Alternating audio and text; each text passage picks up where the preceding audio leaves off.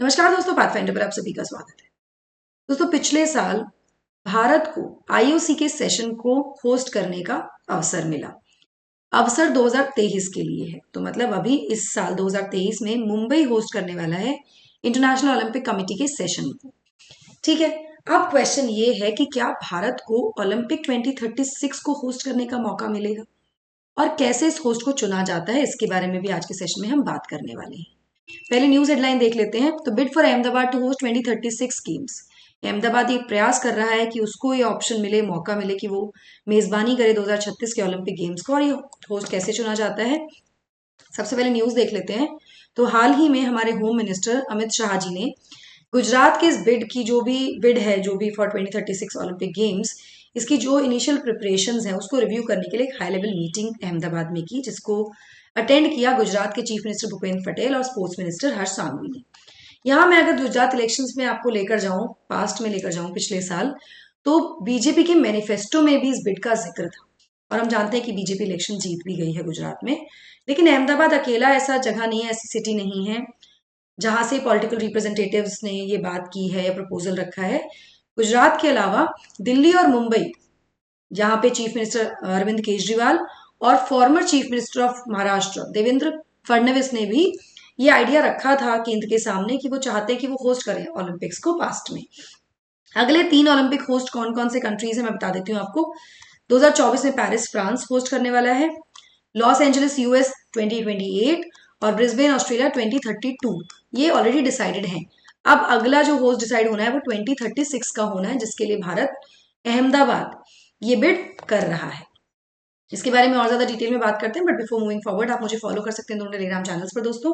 For all my class update schedules and PDFs, Unacademy app पर भी आप मुझे फॉलो कर सकते हैं मेरी सभी special classes and plus courses के लिए।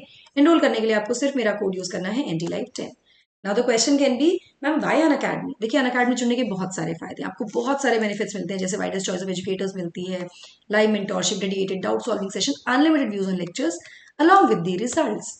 इसी के साथ to celebrate Republic Day Unacademy आपको दे रहा है 20% का flat discount on your UPSC CSC subscriptions. Valid है केवल 28 जनवरी तक। अभी एनरोल कर लीजिए, काफी ज्यादा अमाउंट आप सेव कर सकते हैं। एनरोल करने के लिए आपको सिर्फ मेरा कोड यूज करना है, अगेन NDLive10। चलिए, अब क्वेश्चन ये है कि क्यों कंट्रीज चाहती हैं ओलंपिक्स को होस्ट करना है, क्यों सिटीज चाहते हैं कि वो ओलंपिक्स को होस्ट करें। तो बहुत सारी स्टडीज इस संबंध में हुई, इसमें काफी मिक्स्ड रिजल्ट देखने को मिले in terms of material benefit, क्या क्या उनको बेनिफिट्स हो सकते हैं इस तरह के इवेंट्स को होस्ट करने से। पहले तो मोस्टली अगर देखा जाए तो टूरिज्म और स्पॉन्सरशिप है जो रीजन को एक बूस्ट देती है, रीजन की अर्निंग को बूस्ट दे देती है। टूरिज्म अट्रैक्ट होगा, ऑफकोर्स लोग अलग अलग देशों से, अलग अलग जगहों से पहुंचेंगे ऐसे इवेंट्स को देखने के लिए। साथ में स्पॉन्सरशिप्स बहुत मिलती हैं अक्रॉस दी वर्ल्ड, है ना। तो एक रीजन की अर्निंग को बूस्ट मिल जाता है कुछ केसेस में। लेकिन अपार्ट फ्रॉम दिस, ये कहीं ना कहीं एक ये कह सकते हैं कि ये एक अट्रैक्शन होता है, बिगेस्ट अट्रैक्शन की तरह है, जहां पर बड़े बड़े शोज किए जाते हैं और बहुत कुछ प्रेजेंट किया जाता है, बहुत सारा इंफ्रास्ट्रक्चर रिलेटेड बिड्स और बिग स्केल एक्सपेंडिचर यहाँ पर इन्वॉल्व होंगे। मतलब इस तरह की चीजें भी यहाँ की जाएंगी। ऑफ कोर्स अगर कोई बड़ा इवेंट होने वाला है तो ओलंपिक विलेज बनाया जाएगा, इंफ्रास्ट्रक्चर में बहुत ज्यादा हम देखते हैं कि एकदम से बढ़ोतरी मिल हो जाती है, इस तरह की चीजें भी देखने को मिलती हैं। इसके साथ साथ इन सब चीजों के अलावा ये कहीं ना कहीं उस सिटी की जो क्षमता है इस इवेंट को होस्ट करने की, उसको शोकेस करता है।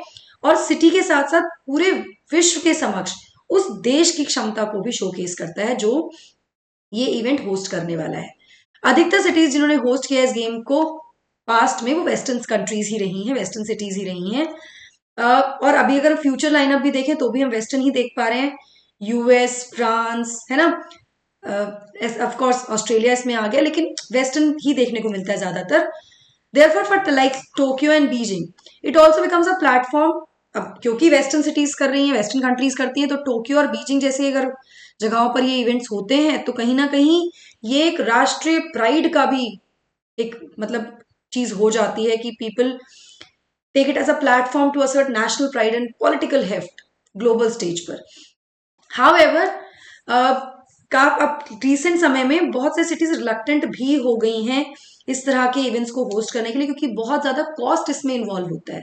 आपको नया इंफ्रास्ट्रक्चर बनाना होता है, आपको बहुत सारी चीजों की तैयारी करनी पड़ती है, जिसकी वजह से काफी लोगों की तरफ से एक पुशबैक भी मिलता है, क्योंकि लोग क्वेश्चन करते हैं कि स्पोर्ट्स रिलेटेड इंफ्रास्ट्रक्चर पे इतनी ज्यादा स्पेंडिंग हो रही है जो कि फ्यूचर में यूज भी नहीं होगा, बाद में उसकी चांसेस नहीं है कि वो यूज होगा कि नहीं होगा। तो इससे रिलक्टेंस भी देखने को मिलने लगी है।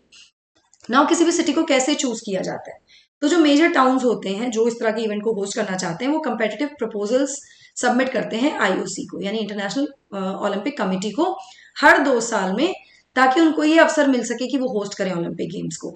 7 साल पहले ही, जो भी गेम्स की हम बात करें उसके 7 साल पहले ही होस्ट सिटी सिलेक्ट हो जाती है जनरली, मतलब 7 साल पहले का समय होता है जब होस्ट को डिसाइड कर लेते हैं जनरली।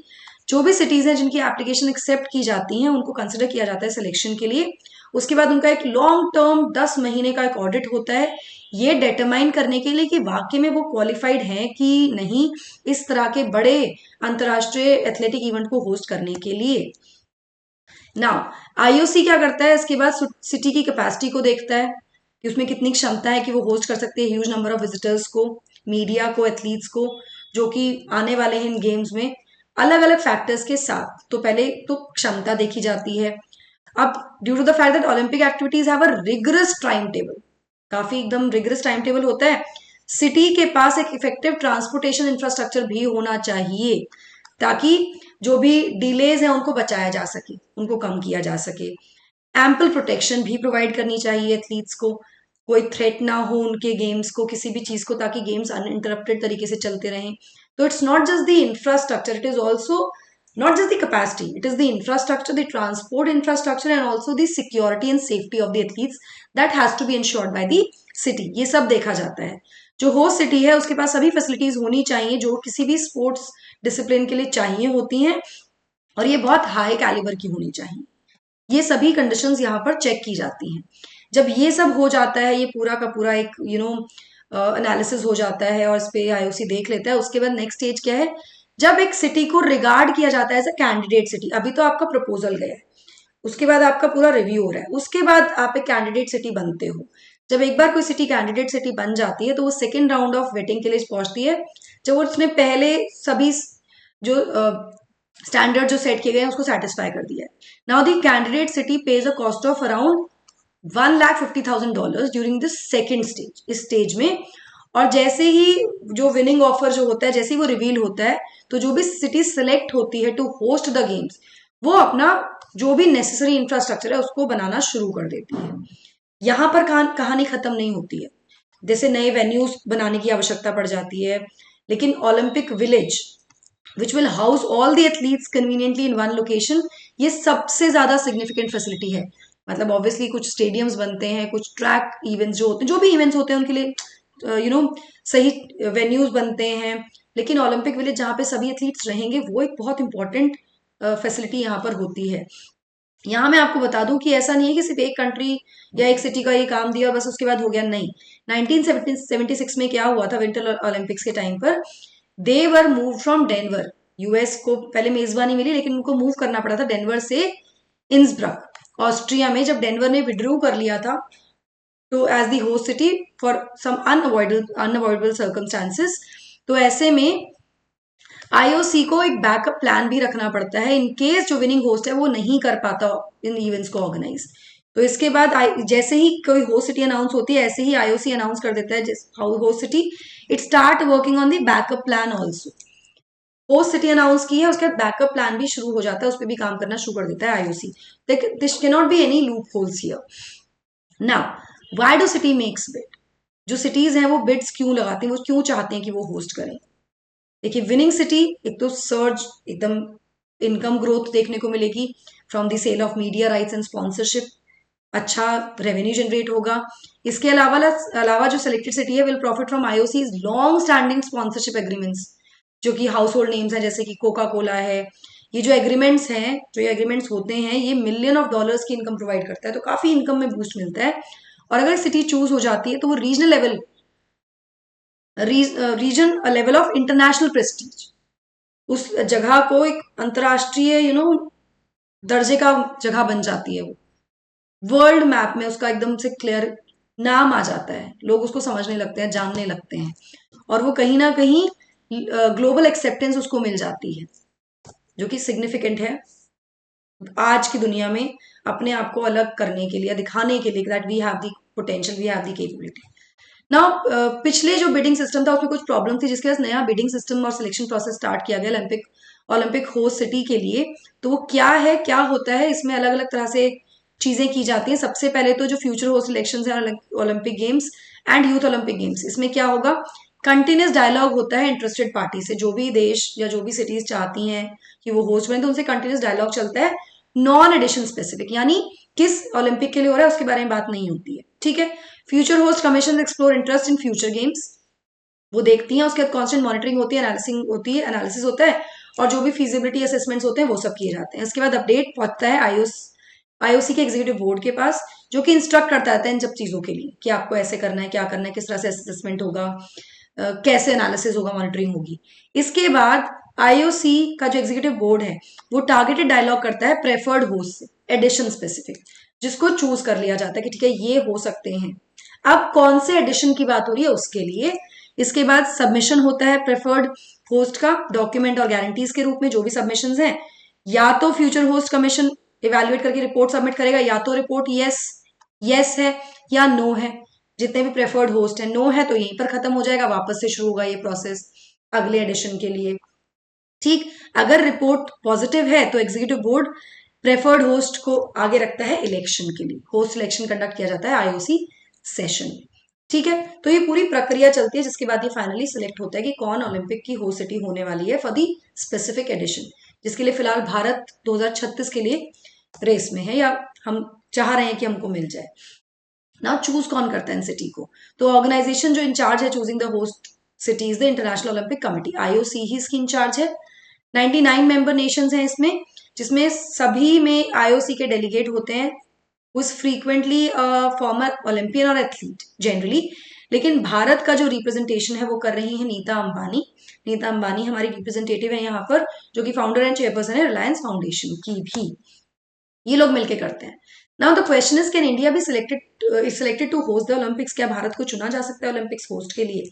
तो फॉर्मर क्रोएशिया प्रेसिडेंट कोलिंडा ग्राबार ये हेड करते हैं आईओसी कमीशन को, जो सिलेक्ट करेगी होस्ट सिटी फॉर 2036 गेम्स, जहां पर भारत कर रहा है बिड, जिसका डिसीजन लिया जाएगा 2025 से 2029 के बीच में।